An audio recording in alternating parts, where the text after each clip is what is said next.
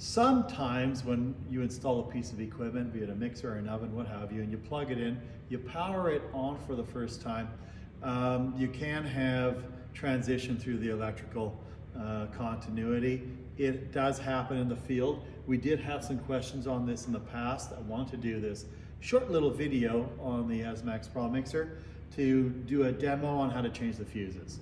So let's begin. You take a impact or a screwdriver or a wrench. You remove the bolts holding the control panel in place.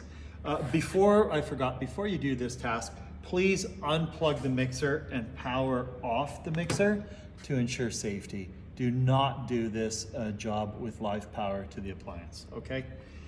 So we remove the 4 screws. Okay.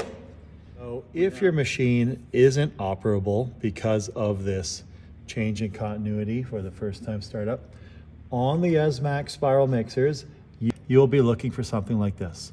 What you do is you take your finger and you position it behind these tabs and you pull the tabs open like this. And then you can simply reach inside and pull out the fuse.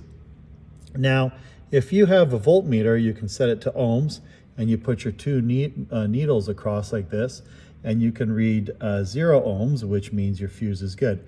If you do not have a voltmeter handy, then we suggest just changing out all 3 fuses and putting in 3 new ones. Okay, and you put them back in as such. You close the tabs as such. You put your control panel back on. You plug in your appliance.